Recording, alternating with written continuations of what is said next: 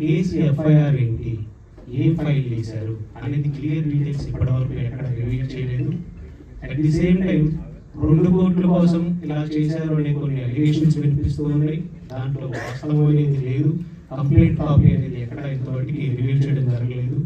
and Harsha Sai అనేటువంటి వ్యక్తి ప్రస్తుతం దేశం వదిలిపెట్టి పారిపోయి వేరే కంట్రీలో ఉంటూ ఇక్కడ ఉన్నటువంటి తనకు అనుకూలంగా ఉన్న కొన్ని యూట్యూబ్ ఛానల్స్ కానీ కొన్ని ఇన్స్టాగ్రామ్ పేజెస్ కానీ మేనేజ్ చేస్తూ డబ్బుతో మేనేజ్ చేస్తున్నాడని మాకు ఇన్ఫర్మేషన్ ఉండడం వల్ల తను కొన్ని ఆడియోస్ని scripted, fabricated, edited, pre plan complaint కాపీలో ఏదైతే క్లియర్గా మేము మెన్షన్ చేసామో ఈ ఫ్యాబ్రికేటెడ్ ఆడియోస్ కానీ వీటన్నిటిని పెట్టుకొని అతను బ్లాక్మెయిల్ చేస్తున్నాడని చెప్పడం,